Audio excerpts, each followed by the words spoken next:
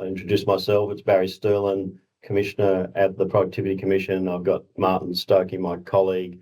We'll go through the contents of our report on investing in cheaper, cleaner energy and the net zero transformation. Then we'll have plenty of time for questions. I just want to start by acknowledging the traditional owners of the country throughout Australia, where we're all meeting from, and their continuing connection to land, waters and community, and we pay our respects to their culture, elders past and present. Just want to acknowledge any Indigenous people on the call. Start with the task that we had. The Treasurer gave us 5 broad headings to the productivity pillars to look at what productivity enhancing reforms could be brought in.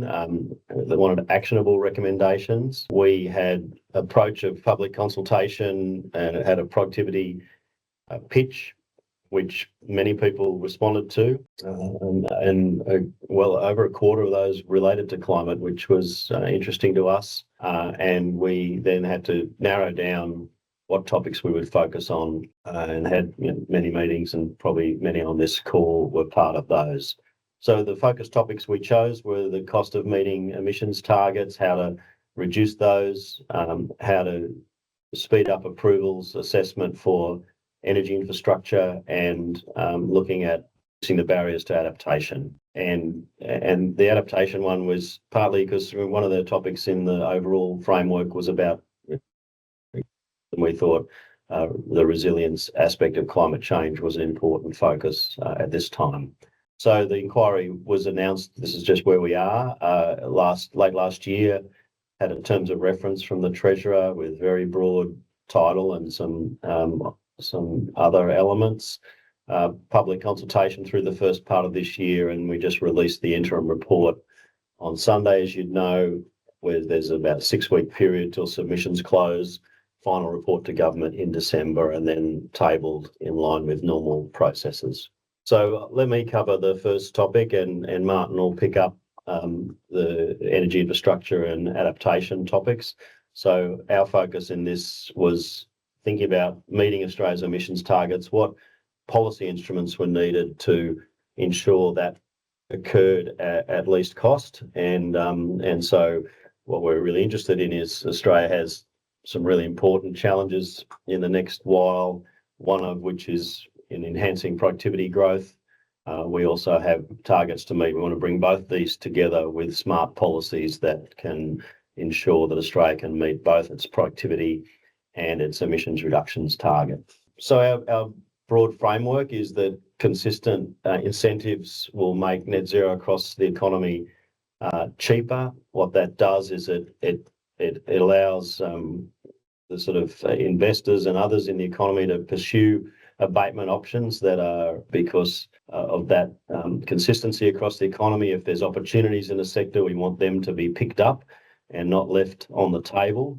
So our approach was to ensure the policies are as neutral as they can be between different technologies. We wanted to fill policy gaps. We wanted to eliminate overlapping incentives, and we wanted to rigorously assess the cost effectiveness of policies. Our focus was on heavy industry, electricity and transport, but we have a framework at the back for thinking about some of the other sources of emissions in the economy. So nationally, we're looking for nationally consistent incentives in electricity. We started with electricity because it's so key to the overall emissions reduction process. Many of the opportunities in the other sectors that I talked about above are coming from electrification. So getting the core incentives in the electricity system right are really key. And the really critical thing is that some of the major policies out now, as many people on this call know, the renewable energy target and the capacity investment scheme, they finish incentivising new investments in 2030. The RET actually expires. The CIS is providing incentives, new incentives for new investment before 2030. So our draft recommendation here was largely, remember we were putting this out before the NEM review dropped on Wednesday. It was a principles-based approach that we thought that was a real opportunity for significant progress to significantly progress nationally consistent incentives to reduce electricity emissions. So we think that's key. We'll be responding to that in due course and integrating it with our framework. And as you get those nationally consistent incentives, you'd want to reduce jurisdictional and technology-specific policies, and in particular incentives for clean energy where that's viable. So we would be advocating that as much as possible, we should be just seeking out the lowest cost clean energy opportunities across the whole country. And if there are technology-specific supports and they can have reasons for learning of, like, you want a clear off-ramp or transition to these over time. And so we think that that's going to be a key to minimising the cost of cutting electricity emissions and creating those low-cost emissions options, reduction options for other sectors. The second element we looked at was the industry emissions, and here our focus was on broadening a safeguard mechanism to lower the cost of reducing those emissions. So safeguard mechanisms already a relatively efficient policy. We're looking to build on that to reduce emissions and maintain. And so we think one of the reasons safeguards are efficient is it allows access to low cost abatement within the industrial sector and through the ACCU system with other parts of the economy, particularly land-based removals and reductions. So we thought that was something to build on. The main directions of this is to the smaller emitters. They're not covered by the current. It covers around 80% of emissions, and the carbon leakage arrangements give differential incentives within the safeguard sector for reducing emissions. So our proposals here are to lower. We're recognising there's a review next year on this, but we thought going into that review we should be looking to favour a lower threshold. The entities, the facilities that are already reporting under NGERS, and add 3% of national emissions, around a sizable part of the remaining part of the industrial sector that's excluded now. And if a carbon leakage review, if we were recommending a border carbon adjustment out of that, if that comes out of that, then you'd be using that opportunity to phase out some of the specific measures that are there to address the same issue of carbon leakage overseas, and that would broaden the scope of the safeguard mechanism. And we think that would provide for cheaper emissions. So then on to transport, this is where some of the more major gaps are at present. So they're incomplete incentives to reduce emissions here in light transport. That is being addressed in various ways. There's the new vehicle emissions scheme has started. EV subsidies are there to incentivise take-up of light vehicle electric vehicles, and the fuel excise provides an incidental. It's not the purpose of it, but it provides an incidental strong incentive to reduce emissions.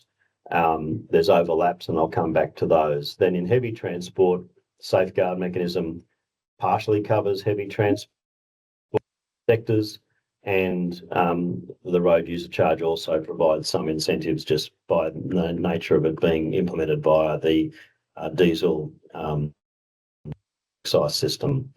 But the safeguard mechanism largely misses emissions from trucks and buses and in the heavy vehicle sector. I think the next one illustrates that, Max. So you can see aviation is reasonably well covered if you reduced the emissions threshold to 25,000 as recommended earlier. You'd cover a lot of domestic aviation, you'd cover almost all of rail, but it wouldn't make a huge difference in heavy vehicles, and there'd be a real discontinuity within the sector. So here we make a broad recommendation, if we move on, Max, that we need to create a technology neutral incentive to reduce heavy vehicle emissions. We give several options of that, but just let me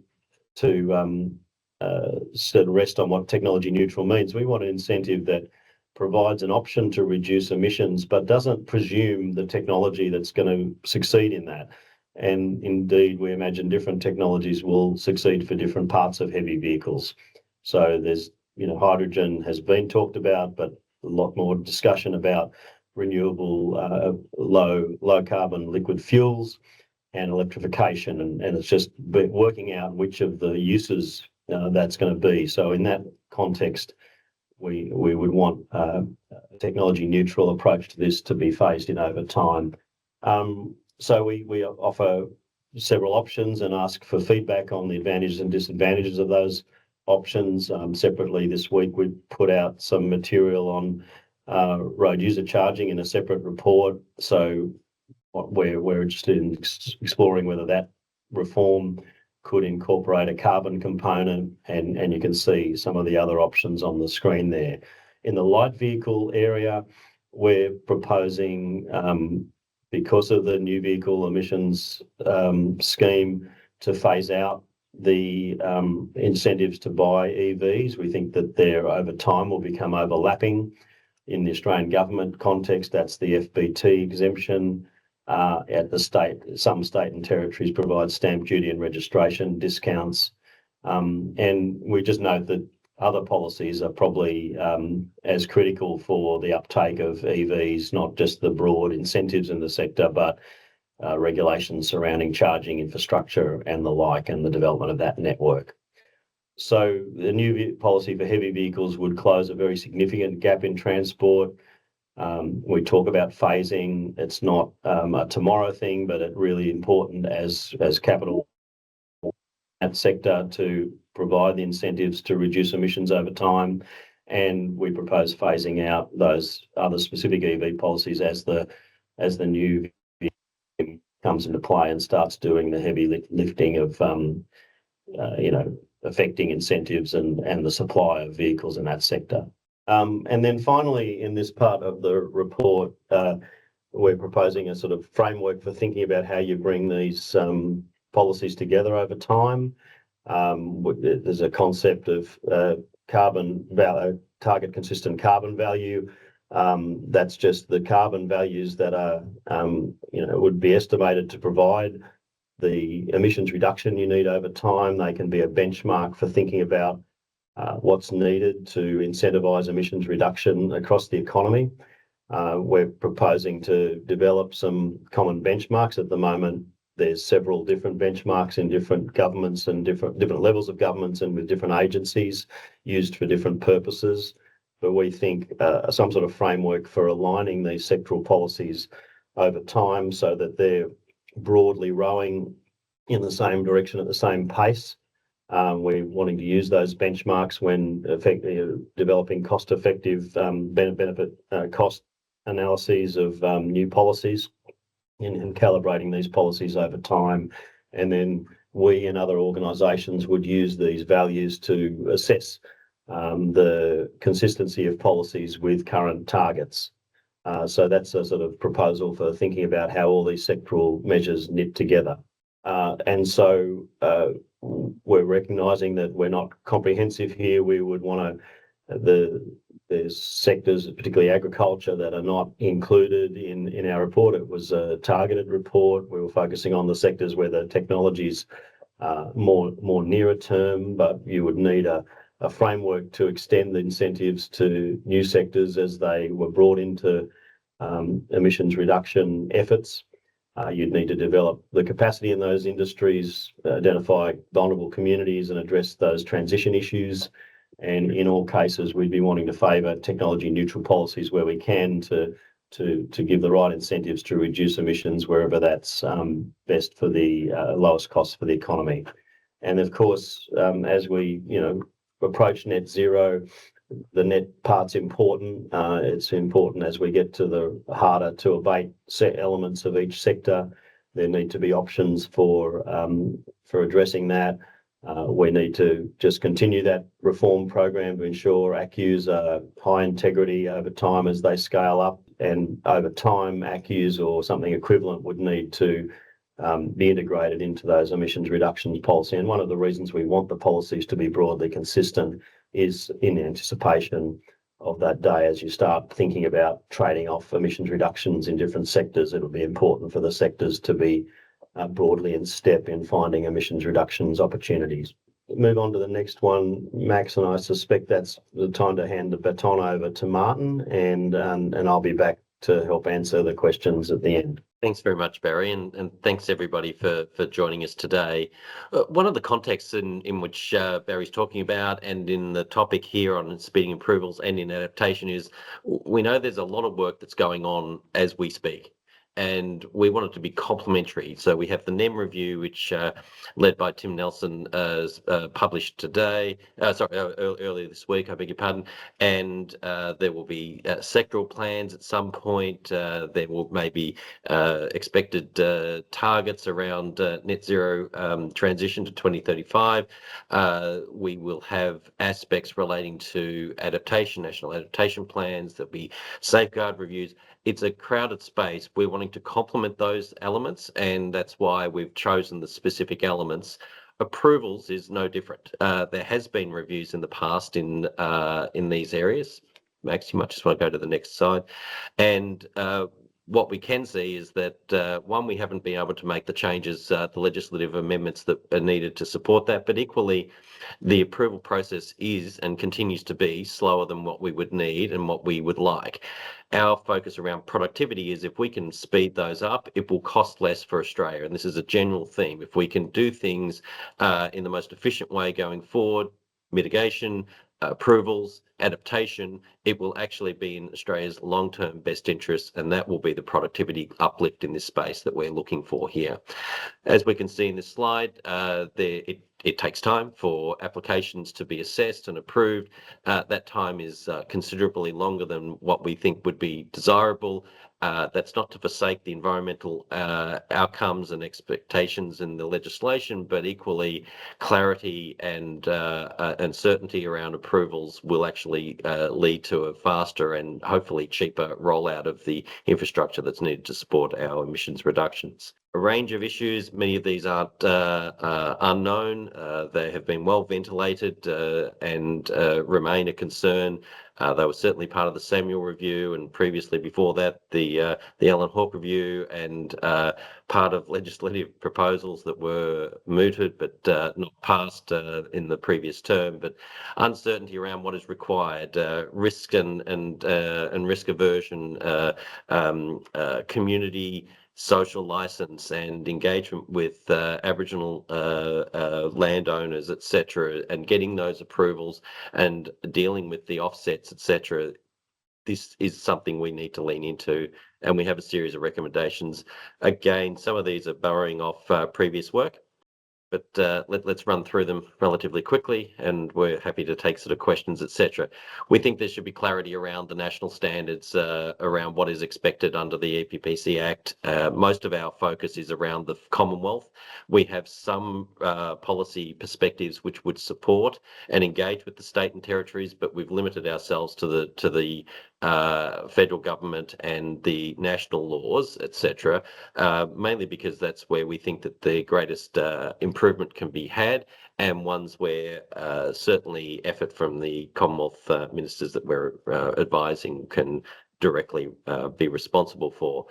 Clarity on the standards themselves, that might be about what is expected from an environmental protection view, or what is unacceptable from an environmental protection point of view, and or international obligations, etc. But clarity in this space will go a long way to improving the capacity for proponents of projects to better understand and better assess. We think a regional planning process and a regional planning perspective will add and speed up the processes, rather than just thinking about each individual project in its own right. If they're a contiguous or co-located infrastructure and they're dealing with similar environmental challenges and risks, if we took a regional perspective, that would the first and the second and the subsequent proposals in a particular region should be faster if there's a regional perspective around hazards and environmental protections, etc. We believe that better information is desirable. So some of that will be around expectations, some of it's around the decision making itself. And so what constituted an approval, what went to that, what constituted the background to why a decision wasn't approved, and providing that information to prospective proponents will again go to providing some clarity around the expectation of the standard and the necessary analysis that would support a proposal. Offsetting arrangements could be greatly enhanced. Either currently it's very much on a project by project basis, and it's the proponent that must manage and find those offsets, potentially extending to state-based schemes if they are acceptable and to the standard that would satisfy government under the EPBC Act, or creating a similar offset arrangement managed under the EPBC Act as an alternative pathway for proponents, we believe is a useful and considered way to speed up the processes.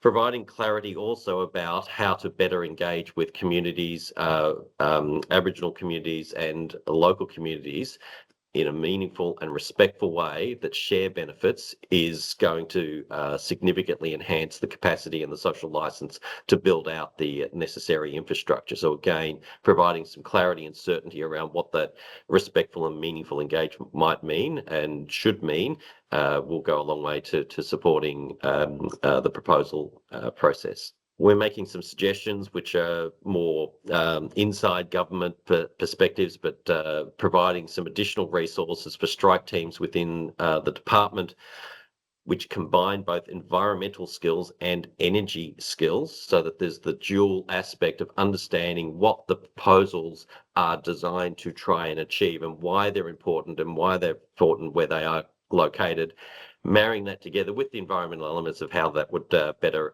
lead to better outcomes. We're also suggesting a coordinator general, potentially located within the central agencies of the federal government, can play a role to both highlight the issues that are important that the department needs to look at, to engage with communities, to engage with state and territory counterparts, to help develop and think about future priority projects and priority lists that could go up to the Energy and Climate Change Ministerial Council for approval. So this would be an ongoing and not just the current backlog of proposals, but the future infrastructure that's needed over time. And then finally, we're suggesting that there should be an amendment in the EPBC Act just to highlight the importance of the energy transition as part of the general consideration. So this is already in principle in there, but we're wanting to call this out explicitly as an area for focus and importance and highlighting that in the legislation as a core part of the EPBC Act. Our third topic in our series of papers relates to adaptation, and we have sort of two broad themes that we're trying to focus. One is to elevate adaptation as a whole onto the policy table so that it is front and centre for all future decisions going forward. We have to manage, and you might want to just go to the next slide, Max. We have to manage the risks and the challenges that are going to be facing us, regardless of what we do on mitigation, to adapt to a greater levels of variability in our weather and a hotter climate more broadly. And this is changing as time goes on. So it's not a static hazard or risk. This is an exposure and a constant challenge for Australia, particularly in a continent as ours, and particularly dealing with heat as we go forward. And so the two elements is, one is to elevate adaptation as a policy issue. Governments, businesses potentially have the wherewithal to manage these issues, particularly if they have the information. And our second element is around households and housing stock, because we think that the parties who are least able to manage the adaptation going forward are going to be households, and the decision making that they have and they face, which is often they're takers of the stock that's available, and they make long-term decisions which are very hard to reverse or very costly to retrofit. But if we can lean into the decision points when a person is making a decision around where they live and when they renovate or what they build, and the information can be provided to them, then that will be a better outcome over a long period of time to manage some of these exposures and these risks.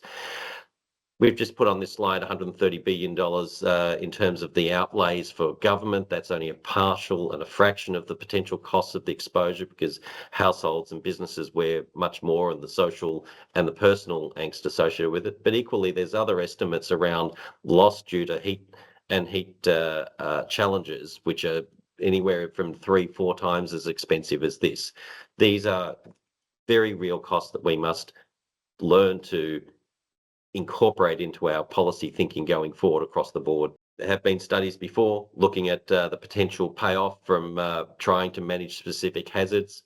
The challenge is that we've tended to take a specific hazard and a specific location approach in thinking about it, and often a very reactive one. So we have a flood, so we'll look at flood mitigation. We'll have fires, and we'll look at fire management, etc. And so we needed to, we believe, and we might just sort of jump to the next slide, Max. We believe that one of the policy suggestions that we're having is that the federal government, in conjunction with the state and territories, is to build out an all climate risk hazard database, drawing on the existing information. So some jurisdictions have very detailed hazard assessments, and it might be in fire in certain parts and certain states of the country, or it might be in flood. But to do that on an all hazards basis, and to keep that up to date. As you can see from the previous slide, the hazards are increasing as our climate continues to warm, and so therefore the nature and the response of the issues may well need to change over time as well. We're wanting to have a specific focus in and around housing, and a focus in and around a housing resilience rating, so that people can potentially hopefully make better decisions if they understand what the risks are, and they can then make choices around where they might choose to live and the type of house that they might wish to build. But equally, governments can start to make long-term decisions around planning, zoning areas, the infrastructure that they might put in place that would help mitigate some of the challenges that households will be facing. This is going to require a degree of coordination on behalf of the federal government with states and territories, and so we're suggesting that there's a series of goals that need to be agreed, and we're again putting this out on the table. We know that there's a national adaptation plan which is soon to be published and released, but that the federal government has an obligation and a need to engage with the state and territories and local government, for that matter, in building these things out, looking at what the supports are, trying to highlight what the policy response would be over a long period of time. Our ambition is, if we put it on the table now, it's a relatively slow and incremental improvement that would be needed, rather than the sort of significant cost efforts to respond to disasters and wait until those things happen. We think that this will be a significantly cheaper approach. The final point, I think, for our point here, at least a critical element, is not just putting this onto the table, it's then monitoring and reporting on that. And we're suggesting and recommending that the Climate Change Authority be charged with the responsibility of publishing, looking at and reviewing and advising on future efforts to manage adaptation, particularly with a view around housing, but not just on housing, and that this should be an ongoing basis. We've done this in many policy areas. I think of the intergenerational report started in 2002. This is a constant update of information that informs policy thinking over a long period of time for the macro changes that this country is facing. And in the IGR, that's very much from a population, participation, productivity point of view. This is very much from an adaptation and a climate change perspective. What's the world in which we live in? Just to sort of round out, and I know Barry put this up earlier, but we have our interim report out now. It's gathered a reasonable amount of press. It will feed into the productivity roundtables, which will take place in a week and a half's time, so not next week, but the week after.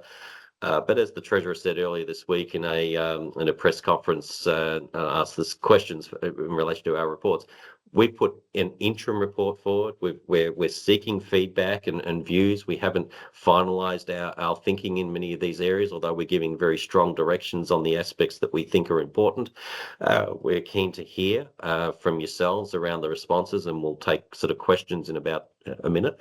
And equally, we will finalise our report to the government at the end of this year. And so, whilst there will be a productivity roundtable and discussions, etc., which will be imminent, our work actually extends and continues through, which is aligned with our view of these are longer term ambitions. Many of them some of these aspects you could do immediately, and others may take a significant amount of time to actually both put in place, but also to have the effect over time that we're seeking, and adaptation is one of those.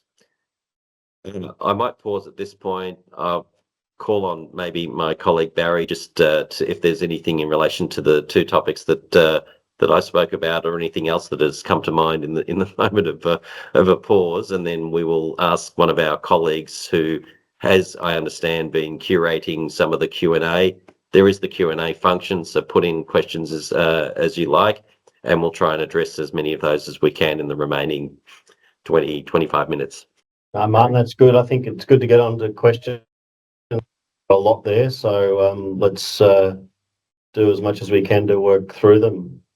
So Max, did you want to ask some of the ones you think in whatever order you think? Yeah, sure. Thank you. Got a question from Cameron Remington, which is, how does the specific focus on low carbon liquid fuels align with the PC's recommendation that the incentive to reduce heavy vehicle emissions is technology neutral? And does followed up with a comment from Tim Christodonoulou asking how the focus on road transport low carbon liquid fuels aligns with aviation low carbon liquid fuels under a technology neutral approach. I think good questions, thanks. And we probably won't have all the elements in our report of those. There's we note in our reports that there's more to getting to net zero than just setting up the incentives right. There's a whole range of policies that are needed to develop technologies and assist in community adjustment and the like, and we don't want to address all of those. We do think that getting the incentives right is the necessary but therefore not sufficient part of it, but it is the necessary part of it. So our approach to transport would be we would want to, over time, develop that technology neutral incentive that provided incentive for any sorts of low carbon heavy transport to be taken up. But we recognise that the government has a consultation out on low carbon liquid fuels with a range of options in there. Our approach to these is that they can certainly have a role, particularly where there are particular aspects of supply chain readiness and technological development that really relate to the Australian context. So that's why I say those incentives are not enough. They should be there can be an argument for supplementing them with carefully targeted policies to develop particular supply chains that are going to be relevant for the future. We make references in several parts of this, and there's relevant examples in electricity, there's relevant examples in industry you can think of, offshore wind, hydrogen in industry, where there can be arguments about specific measures to develop first of type and that sort of thing. We think it's really important to have that underlying incentive coming through, that any of these specific measures have an off-ramp to that, so that at some point there's a reasonable contemplation that any of the technologies developed will be able to make their own way under a broad-based incentive against other technologies.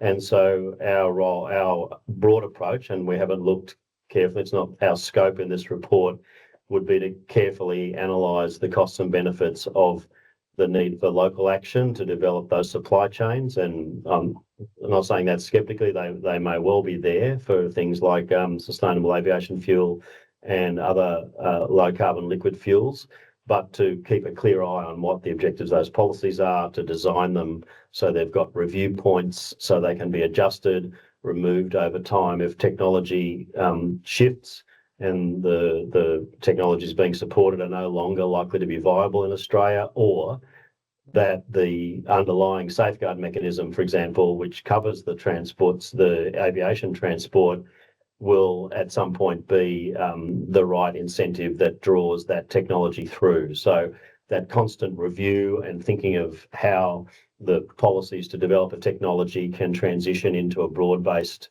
incentive would be how we'd think of approaching those questions. But we've got nothing particularly to add to the discussion papers that came last year about the various options. Our framework's more about how you would think about integrating those over time so that it's part of a broader technology neutral incentive to help. If low carbon liquid fuels has a role, it will sit alongside electrification. There will be some areas they compete, some areas where they're quite different applications. We want all those options on the table at lowest cost for Australia.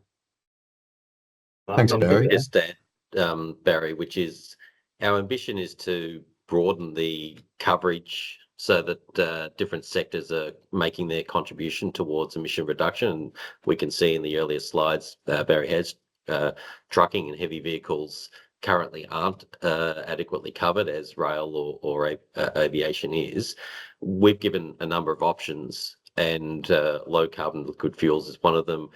And we want to hear back. Barry's outlining what our principle is around where we believe and like to see policy go in the direction of. But we've outlined 5 different options, from fuels to vehicles to carbon road charges to electricity, etc. So there's a question that we're wanting to hear back from people. So if you wanted to provide some feedback in this area, we'd love to hear it, particularly if it's achieving the goals that we're interested in, that it covers trucking and it actually doesn't necessarily pick a winner per se, but it allows for the least cost options open to the trucking industry to transition. Thanks, Martin. I'll put a question in there I'll put a question up from Claire Stark, which was, how is the proposed new threshold for the safeguard mechanism identified? The paper talks about phasing it in to manage the regulatory burden, but not how this was identified as delivering net benefits. Well, I'll have a crack at that. We wanted to think about facilities that are, so there's 2 key compliance issues to do with any new facilities into the safeguard mechanism. Coverage from coverage system, which is one of the most important regulatory elements. Secondarily, there's the specific elements around the safety interaction with benchmarks and any credit trading, for example. So the 25,000 tonne was chosen because it was a big enough facility to be regarded as under NGAS. So that first element of compare, we are not specific or determinative. There is a review. I think there's going to be capacity carefully at the specific issues of phasing, but as goes forward, then these 3 in different sectors become more and more critical as you move through the current 2030 target to higher targets for emissions. It's really important we access that. We're going to be doing some more work on some of the potential benefits of that, the emissions reductions opportunities. One of the things that will be interesting is are the emissions reduction opportunities in that segment of facilities different from the larger facilities. There'll be more technological options the more sectors you include, for example, for electrification, fuels or efficiencies. So interested in exploring those things, and we'll do more of that in the lead up to the final report. But we do make the recommendation in a way that the safeguard review can do further work on that. I might ask a question here, just sticking with our work on emissions reduction from Kenneth Baldwin, which is that is the target consistent carbon value designed to encourage internal carbon pricing across all sectors, which could potentially act as a precursor to a formal carbon price, which may also mesh with carbon leakage measures? I'll think a bit more about the carbon leakage one. How about I first go, Martin? Yeah, well, I think that could be a side effect of it, that having a strong sense of the emissions target that's consistent, the carbon value that's consistent with meeting our national emissions is like an important value for business to think about in their own internal processes. If the government's made international treaty commitments to those and then makes its own medium-term commitments that can be enshrined from time to time in legislation, provides a signal, right? And this is then a translation of that to the sort of abatement options that governments may seek to later incentivise through policy or incentivise through changing the parameters for current policy. So I think it's a really interesting perspective. Our primary objective in this is to think about accessing all the abatement opportunities that are lowest cost to meet those targets. And so it's mainly a policy construct. But for firms thinking strategically, I think it would have a role, and many firms, as you know, and this question's probably coming from that, already do something like this. So this would be providing some sort of sense of a range, and there'll be uncertainty around it. There'll have to be uncertainty bands, and then companies may choose their own for their own commercial purposes. But our idea in putting this forward was to provide a benchmark for cost benefit analysis of new policy, of review of existing policy as they get calibrated over time, to just give a sense of the sort of carbon values that matter for meeting national. The question could be it would be a natural extension of that, and I think companies are already operating in that way to some extent. I'll probably just add, Barry, that our ask was to be practical and pragmatic. What would you do today to support the cheaper and cleaner energy and net zero transformation, which is our terms of reference? And so doubling down on the existing suite of arrangements seemed quite logical to us, as opposed to sort of almost pausing those and going back. Some of these are price-based or support mechanisms, whether that be the capacity investment scheme or renewable energy targets. Some of them are volume-based, such as the safeguard mechanisms, and others may well be a series of very targeted specific measures, as possibly what it might relate to in say trucking, or longer term what might happen in relation to agriculture, to the extent that that's ultimately would need to be covered, etc. And so our view was to double down on the existing arrangements and to see that those could be expanded and considered. Broadening that base will actually mean it will be cheaper collectively as a whole, even if you're covering some of those industries and some of those businesses who aren't currently covered. Thanks, Barry. Martin.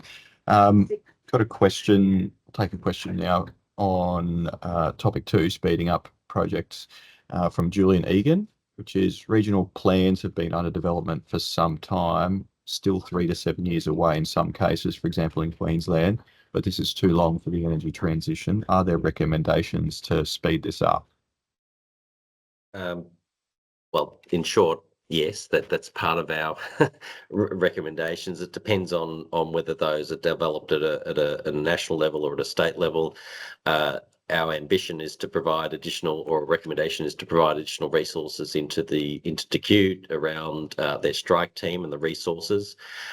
Equally, our ambition is to elevate up through the Coordinator General the importance and priority of the priority list and the considerations with the Energy and Climate Change Ministerial Council. The hope is that then cascades down into the effort and focus at the state level and at the federal level to actually deliver on these. You're absolutely right. These aren't new challenges.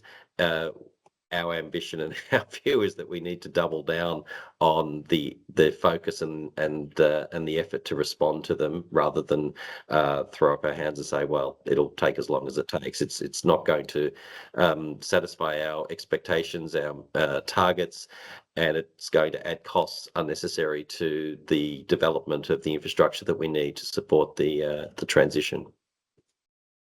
Yeah, sure. Thank you. I'll ask a question from Dylan McConnell, which a few people have upvoted. There is approximately $120 billion worth of network infrastructure in the NEM and plenty more in the pipeline. The AER has highlighted declining productivity of both transmission and distribution. Outside of improved planning processes for transmission, was surprised to see little, if anything, on this in the report. Will this be considered elsewhere? Sure. Thanks, Dylan, for that. That's certainly not because we don't think it's an important issue, Dylan. We just decided our focus was going to be on certain elements of this issue. Activity of distribution networks matter, and we'd certainly like to look further into that. Our focus is on some tractable issues to make headway on that, and I think as you'd be aware, the issues we're talking about here involve quite important areas of market design. So we're also very aware that the NEM review was occurring, and it would have implications for how you think of some of those network issues. So important issue. Don't want to minimise it at all. That's an issue of scope, not covering all the issues we think are important. So, but thanks for raising it, and happy to have further discussions, Dylan. And I might just stick with transmission. It's a pretty related question from Stephanie Bashir, which is that transmission delays continue to delay the renewables build, and therefore the closure of coal, which is the most significant contributor to emissions. What do you see the role of the PC in removing some of the roadblocks beyond planning approvals? Well, I'd start by saying that we'll look at issues that are important policy issues when provided to us. I think they're being concentrated on enormously, and we would support efforts to do that. We wanted to pick one element of that, which was the EPBC approval process. It's not the only aspect, but it seems to be a quite major one at the federal level within the Australian government's control. So again, it's a bit similar to the answer to Dylan.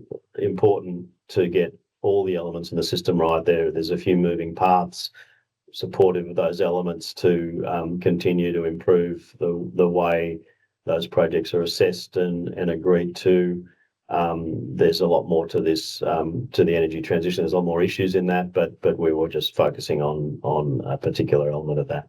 We see an important role for the Coordinator General, both at a federal level, but also advising back up to the Energy and Climate Change Ministerial Council on the progress of projects, and trying to highlight and advise on where are the delays and why. Now, some of those could be from approvals because the proponent hasn't actually done the work that they needed. Some of them are around the social licence.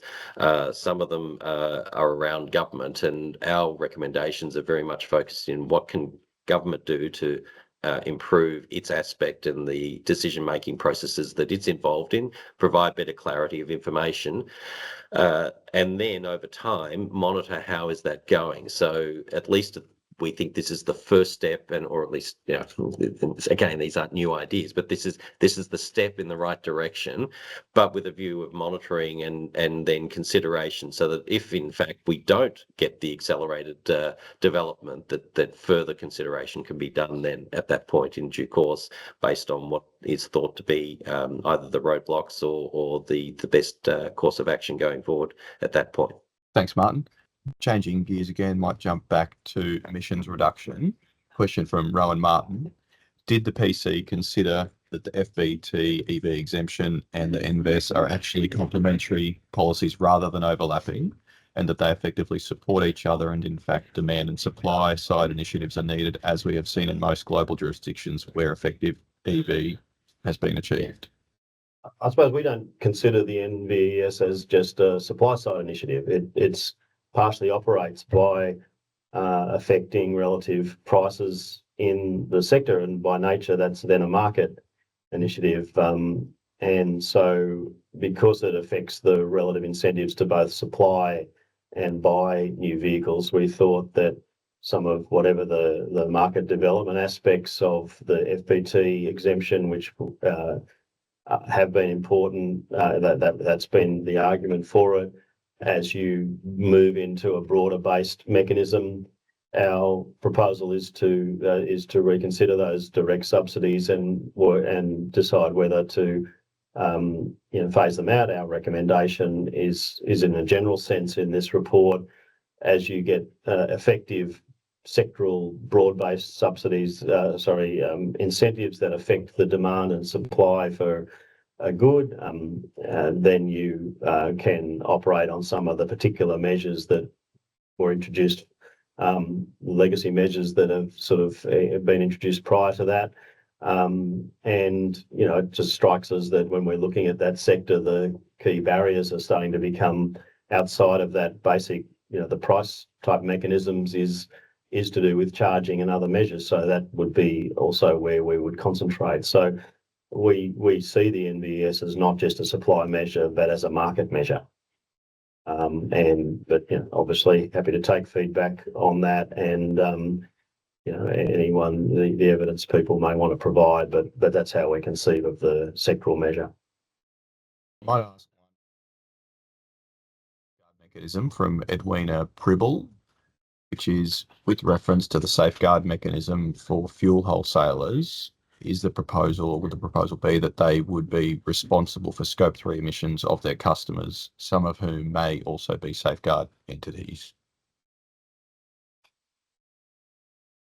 Well, I'll keep going. That's the issue we discuss in outlining that option. This is an option that the PC's recommended and discussed in the past. The safeguard mechanism has now been implemented in a certain way. That was always the proposal as considered, and in previous carbon trading type options, that was the proposal considered. It applied at the wholesale level for embodied emissions, and then play that out. Now that's the very point. The point that you raise is one that we discuss in the pros and cons of that option, that there are already entities that are purchasing that have other incentives. That's one of the issues you'd have to work through in imposing that option. So we raise that as one of 5 options, and that's one of the very issues you'd have to look at. And the complexity of that, Barry, may well mean that maybe that's not the best way going forward, but we're wanting to explore what that is and hear the feedback. We certainly don't want to have double obligations associated with dealing with safeguard in one area in industry and the fuel used in another. Thank you both. A question from Claire Stark regarding topic 2, speeding up approvals. How far do you propose the interpretation of energy transition to extend for the EPBC Act? The examples provided were electricity focused. It would be helpful to understand whether this was indicative or if other policies like future gas strategy, low carbon liquid fuels, etc., would be in scope. Our focus is very, very much around the transition, and so that has been the question for us, and how that contributes towards the emissions reductions. It may well be that gas as a firming technology is one of consideration, but again, the focus is on, at least for us, around the areas of what would be in the priority list approved by the Energy and Climate Change Ministerial Council, and whether that extends. It's not, at least my understanding, or at least our thinking at this point in time, the interim report, is that wasn't necessarily the case. I don't know, Barry, if you had an extended view. I think we kept that broad, but we imagine in the context, as Martin said, it's relating to the priority list. Most of the approval issues we're seeing that are EPBC related are to do with large-scale electricity generation infrastructure. So that's the primary focus, we think. Thank you. A question that's gotten a few upvotes is from Mr. Agarwal, which is, given states hold the levers to accelerate approvals, can you please speak more to how we get good collaboration here and any subsequent enforcement mechanisms that might be looked at? Well, I'll take a first pass at that. The priority list is approved by the Energy and Climate Change Ministerial Council. That's all the ministers. They're coming together. They're agreeing this. A coordinated general advising on progress in this area and future projects on the priority list elevates that all the ministers are coming together and reaching that agreement. So there's an implicit imprimatur to encourage and support the approval process, obviously subject to what the requirements and expectations are in the relevant jurisdictions around their planning, cultural heritage, environmental protection, and the EPBC Act, etc. But that's a mechanism by which you can bring up to the fore the decision points, and you can then have an ability to have a degree of influence around, well, people have agreed that this is important in your relevant jurisdiction.